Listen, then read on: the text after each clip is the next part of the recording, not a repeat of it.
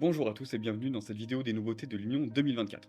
Je me présente, je suis Kylian, chargé de production et support technique chez l'Union France, et c'est moi qui vais vous accompagner tout le long de cette vidéo. C'est parti!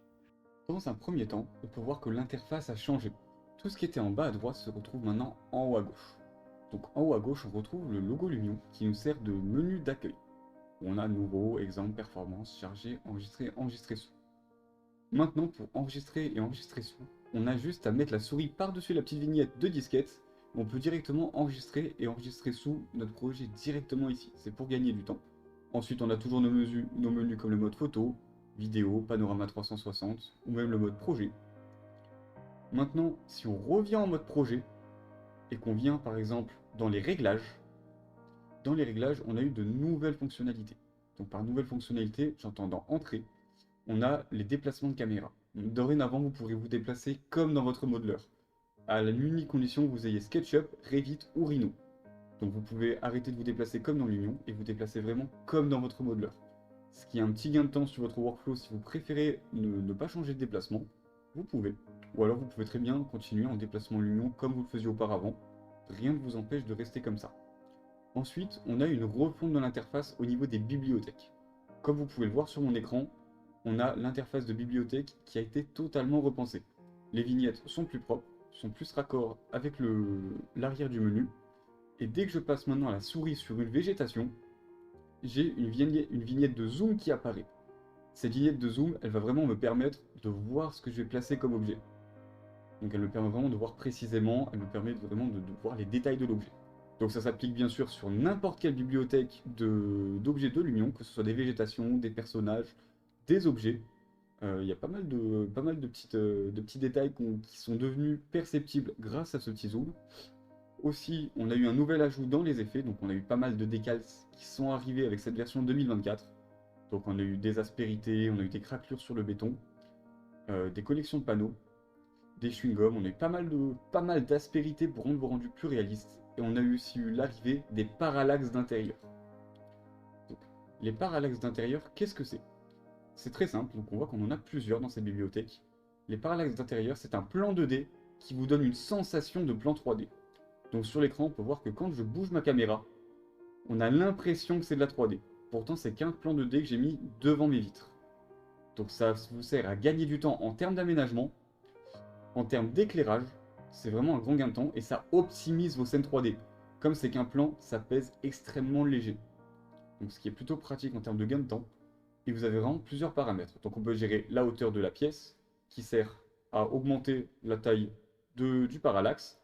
Vous pouvez aussi gérer la lumière et la luminosité. On peut masquer les lumières ou non pour activer ou non les lumières et gérer la luminosité. Ce qui est vraiment un grand plus dans Lumion.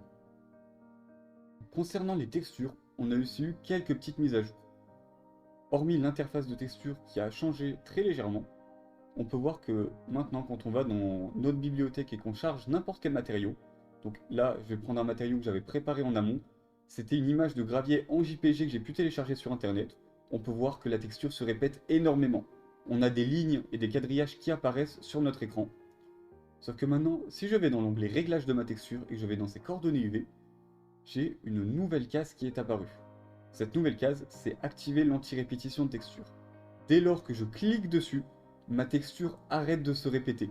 On peut voir là à mon écran que tout ce qui était linéaire maintenant ne se répète plus. On n'a plus ces espèces de quadrillages sur ma texture, ce qui vous facilite le travail lors de l'import d'une texture, qui vous facilite le workflow et rend Lumion beaucoup plus agréable à utiliser. Vous n'avez plus besoin vraiment de charger une texture sur un site précis, n'importe quel JPEG fera l'affaire. Dorénavant dans Lumion, en plus de pouvoir importer du GLTF, donc le format c'est un peu le même système que le FBX, vous allez pouvoir utiliser le batch import. Alors qu'est-ce que c'est que le batch import? C'est simple, c'est le fait de pouvoir utiliser et importer plusieurs objets en même temps.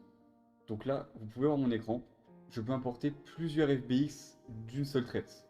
Donc pour gagner du temps, pour faire des phasages, des animations de phasage et tout ça, vous voyez que si je fais ouvrir, j'ai directement ce petit menu qui apparaît, où on voit vraiment mes 4 objets qui sont apparus dans la liste. Je peux leur donner un préfixe de modèle, et comme n'importe quel objet, je peux activer le double face, l'import filaire, vu que c'est du FBX, et l'import des animations, et les placer dans un dossier de catégorie pour bien ranger ma bibliothèque. Donc ça, c'est vraiment une des grandes nouveautés de l'Union 2024. c'est vraiment de pouvoir importer tous ces FBX en même temps pour vraiment pouvoir faire mon phasage, pour pouvoir faire mes vidéos d'animation beaucoup plus rapidement qu'avant. Maintenant qu'on a pu voir tout ce qui se passait en mode projet, on va pouvoir passer au mode rendu. Donc vous allez voir qu'il y a pas mal de choses qui ont été améliorées depuis la sortie de Lumion 2024, donc on voit ça de suite. Donc maintenant, nous sommes à l'intérieur de notre bâtiment et c'est là où tout va se jouer. Donc comme vous pouvez le voir, je suis en mode matériaux et je vais appliquer du coup une couleur sur mon verre. Donc déjà on voit qu'on a deux nouvelles jauges, l'Emulated Thickness et l'absorption. Donc c'est deux jauges qui nous serviront à régler de manière plus réaliste le vert. Mais là maintenant, si je m'amuse à donner une autre teinte de couleur, par exemple du orange, et que je viens valider mon choix, vous allez voir qu'une fois que mon choix sera validé et que je viens en mode rendu directement, donc que ce soit photo ou vidéo, et que j'active le ray tracing, vous pouvez voir que maintenant la colorimétrie est appliquée directement sur le sol. On voit qu'on a l'impact du soleil qui est coloré en orange. On voit qu'on a aussi les reflets qui sont colorés en orange. Et si je fais travailler avec les effets, eh bien le ray tracing est actif. Maintenant, fini le bruit comme on avait avant, on a vraiment un débruiteur en temps réel, ce qui me permet vraiment de travailler directement en ray tracing. Donc je peux m'amuser à changer de colorimétrie de vert n'importe comment. Vous pouvez voir que je peux prendre du rouge, du bleu turquoise. Quoi qu'il arrive, ma colorimétrie s'applique sur les réflexions. On peut voir qu'on a un résultat beaucoup plus réaliste de ce qu'on pouvait avoir en version 2023, où l'éclairage ne changeait pas. C'est ça qui est vraiment beaucoup plus agréable avec la Lumion 2024, c'est qu'on a vraiment quelque chose de très très réaliste en termes de vert. Maintenant, on va pouvoir parler de la translucidité avec Lumion 2024. Comme vous le savez, la translucidité ne marchait pas avec Lumion 2023, mais maintenant elle est totalement effective avec la version 2024. Comme vous pouvez le voir derrière moi, c'est un rendu avec une essence végétale de Lumion 2024 en ray tracing. Donc le rendu est un rendu de qualité maximum pour le ray tracing. On voit que la translucidité marche vraiment très très bien. On a vraiment un rendu très qualitatif, très beau et très clair. On peut même voir la qualité des feuilles, la qualité de leur texture, la qualité de leur modélisation. On est vraiment sur un très très haut niveau de détail. Maintenant, on va pouvoir rentrer dans le vif du sujet et passer au ray tracing. Alors, qu'est-ce qui a véritablement changé dans le ray tracing? Tout d'abord, c'est simple, on a des styles prédéfinis totalement compatibles avec le ray tracing. Donc, fini le style prédéfini intérieur ray tracing. Maintenant, tout est compatible avec le ray tracing, y compris l'extérieur. Donc là, on peut voir tous les nouveaux styles prédéfinis.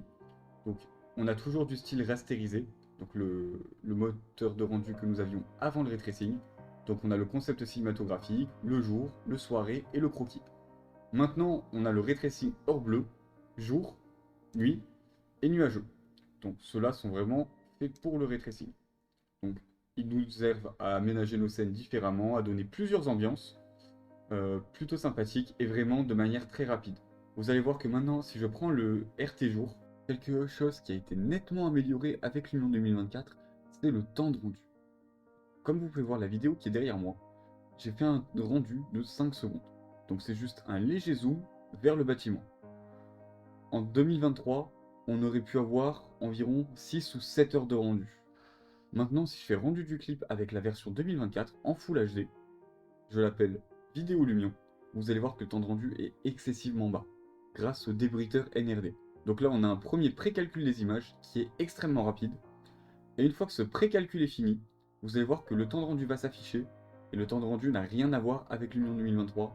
En version 2024, vous voyez, on est à moins de 2 minutes de rendu global, ce qui est excessivement peu pour une qualité vraiment exceptionnelle.